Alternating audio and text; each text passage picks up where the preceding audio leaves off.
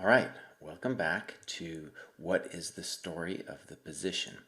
And in this series, what I'm trying to do is give one or more positions where I ask you not only to choose what you think is the best move. In this position, we have white to move after black has just played knight h7, but also to give what you think is a sense of the position.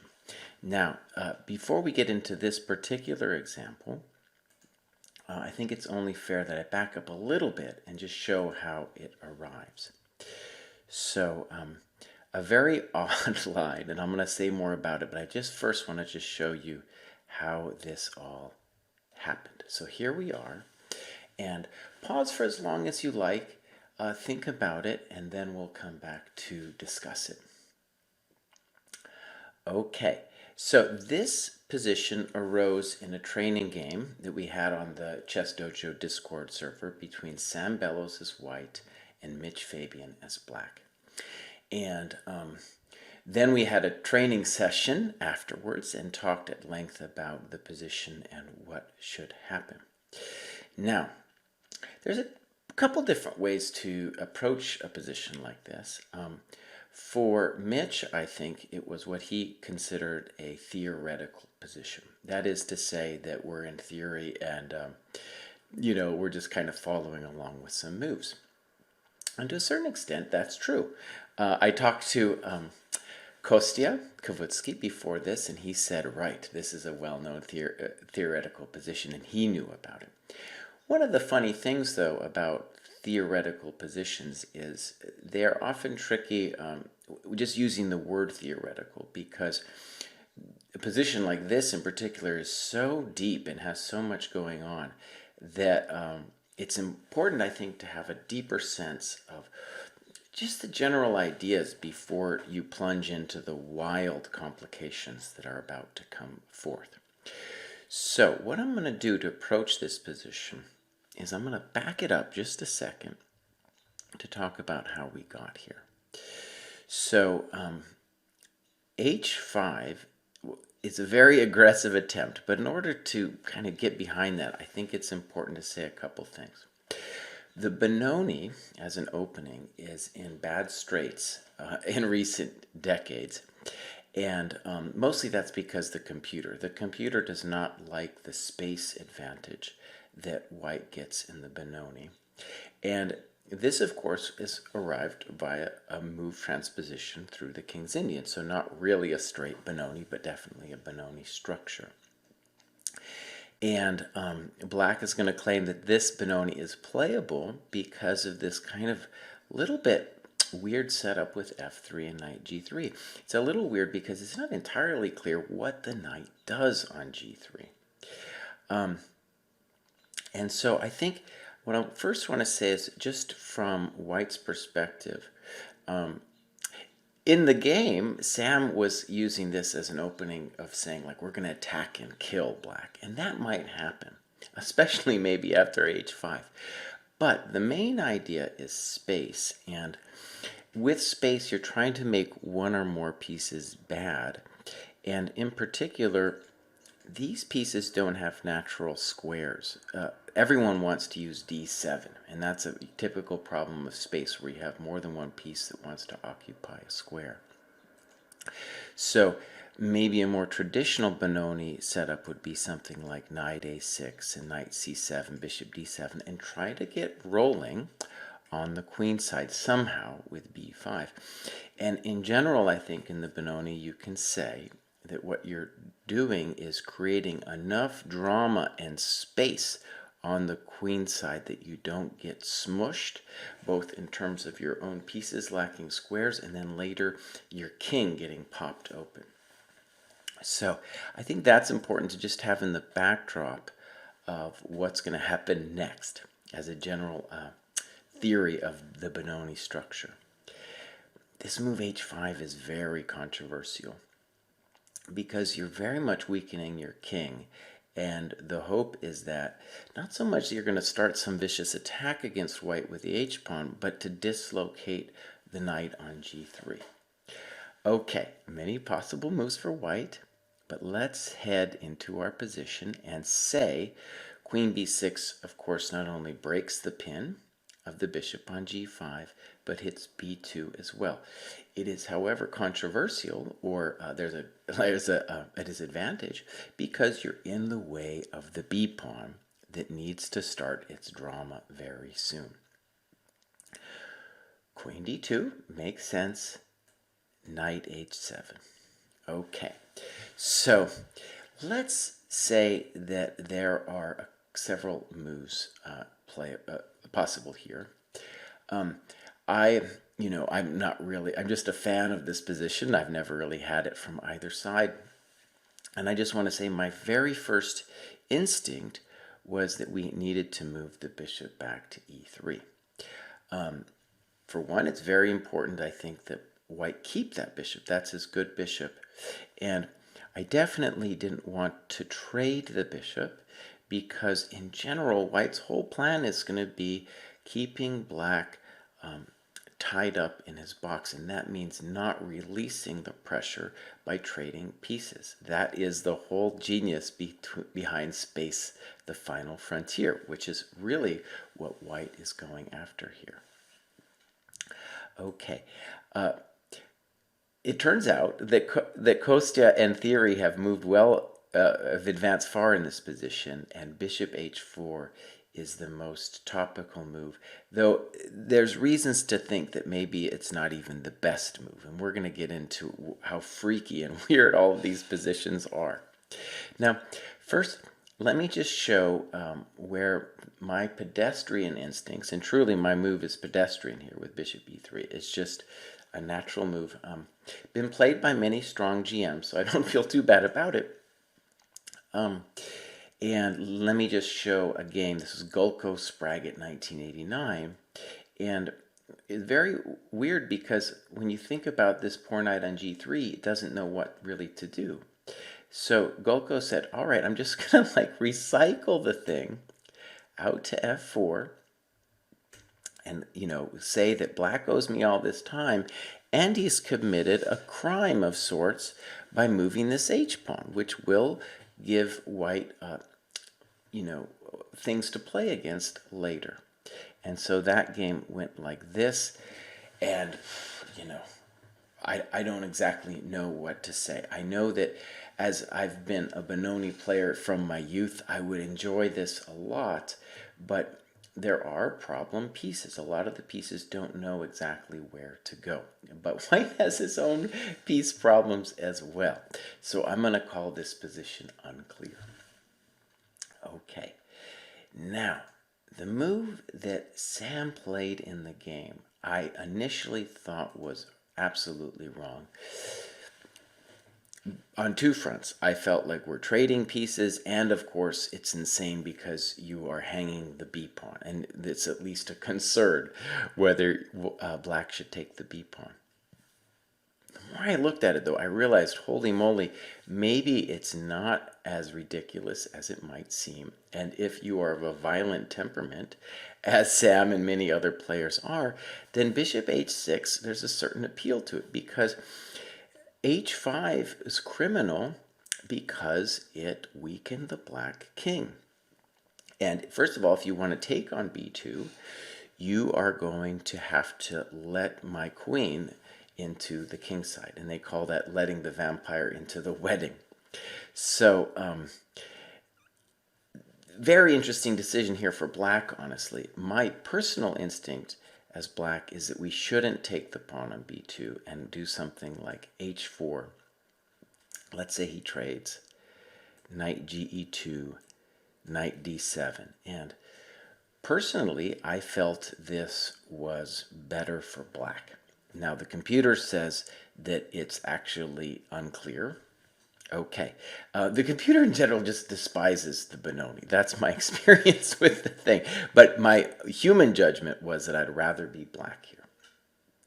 Okay, but that's not the real question that we're after, right? We're the first question, let's say. The first question is, well, what's going to happen if black steals the pawn on b2? Now, my first instinct was no way. that we can do this as white, because the queen is really annoying. For example, our queen has to stay in constant contact with the rook, and our rook obviously has to guard the knight. So it doesn't feel great. However, the queen is very close to the king, and the knight is potentially going to knock open the king position. So in that game, a6 was played, and I think it makes a lot of sense with a6. Let me show a couple human variations. So knight d7, bishop e2, and let's first look at this. a6, b5, f4, b4, e5, takes, bishop d3. And we actually had this in the training session, and remarkably, the computer was like, yeah, you guys got it right, except one thing. Here, we had this in the training session. Here, and I felt that this was going to be winning for white. I couldn't find it in the training session. And then, of course, what did the computer say? The computer said it's all just equal. Well, definitely white at least has a draw in any case, right? Okay, fascinating variation.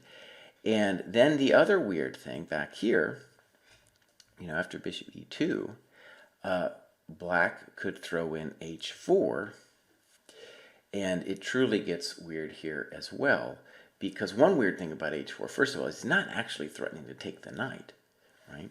So there's all kinds of weird things we can consider. We could consider knight f1, but notice maybe we just play king d1. And we have a truly maddening situation. And the instructive part about it to me is, let's say knight e5, c4, queen h4, as an example.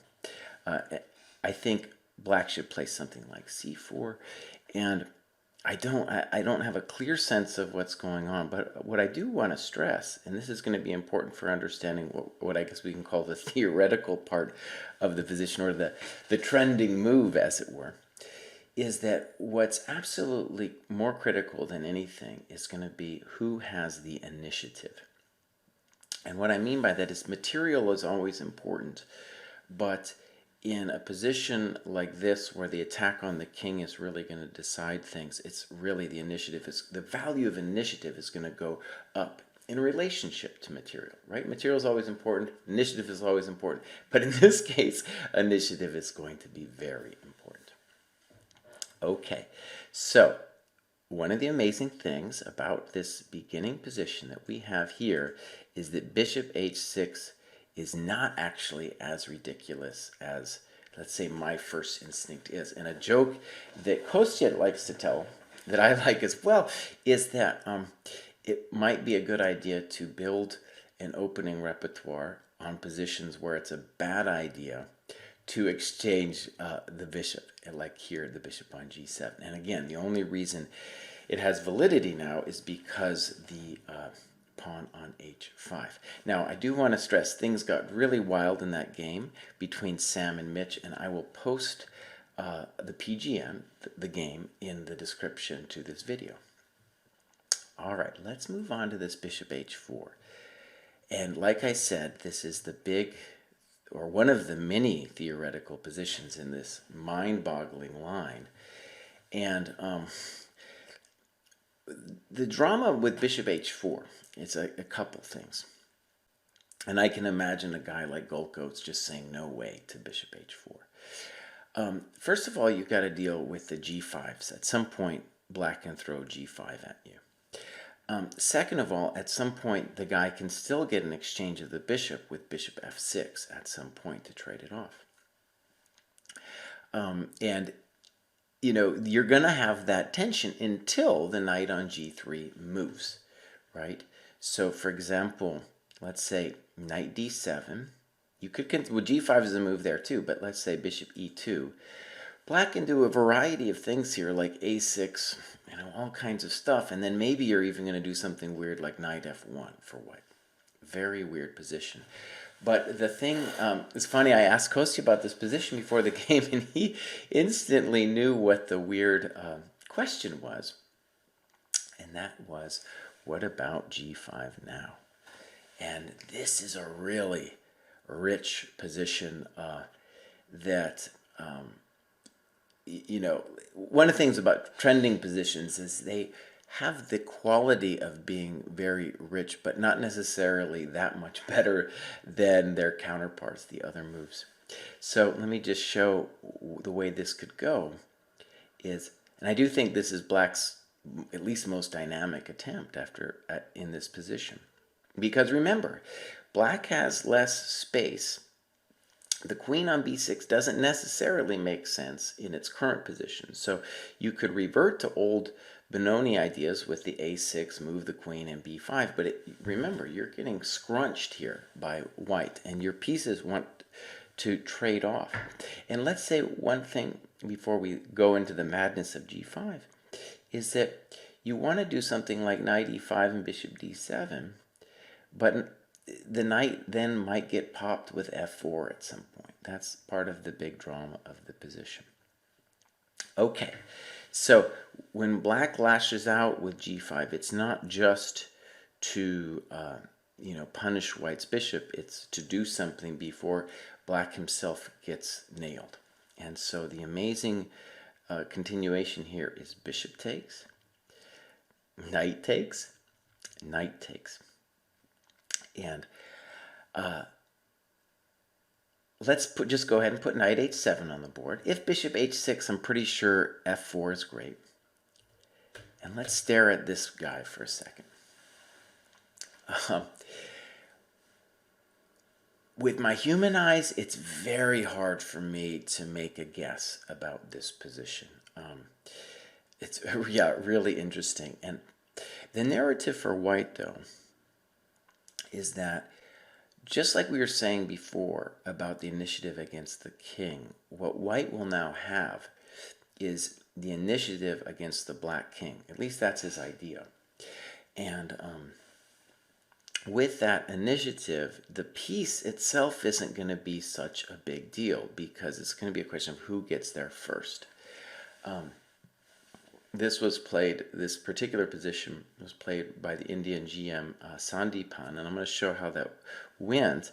But there was also, right in this position after g4, I think an instructive mistake by Black. What Black did was he went back as if, to go huddle around the Black king, and White was given time to do this whole business. And it looks very bad. In fact, we have to say something like Black is either lost or close to lost in this position. The queen's going to now come to g5. And so really interesting play for White there with a dynamic piece sacrifice that has very, long-term potential. Okay, so the final thing, though, is after a move like g4, well, if you just ask yourself, what should Black do? Absolutely some kind of move like c4. And, well, the White king, let's just assume, is going to end up on c1. And we're going to do something like knight e5. And if he ever messes with our knight, we're going to play knight d3. We're happy to sacrifice the pawn and, do things like bishop d7, bring the rook over, and get a little drama against the White king before we ourselves get mated. Very dynamic position. I couldn't tell you who's better here. And, the computer likes it kind of at first for White and then doesn't know. So this we could consider maybe a theoretical position. Very rich and, when we first look at this position, or let's say when I first looked at this position, I had no idea how rich it was. And one of the goals just for myself in doing this series is really to talk about positions where I, at least at the beginning, just had no sense of what's going on. And I'll say in finishing this video that how to deal with the space advantage is one of the hardest skills in chess, I think, for everybody. And I'll talk more about that in future videos, but I think when we get these questions of space is when we get some of the most dynamic and rich continuations, as you saw from the many lines that came about from what white can do here. All right, till next time, bye-bye.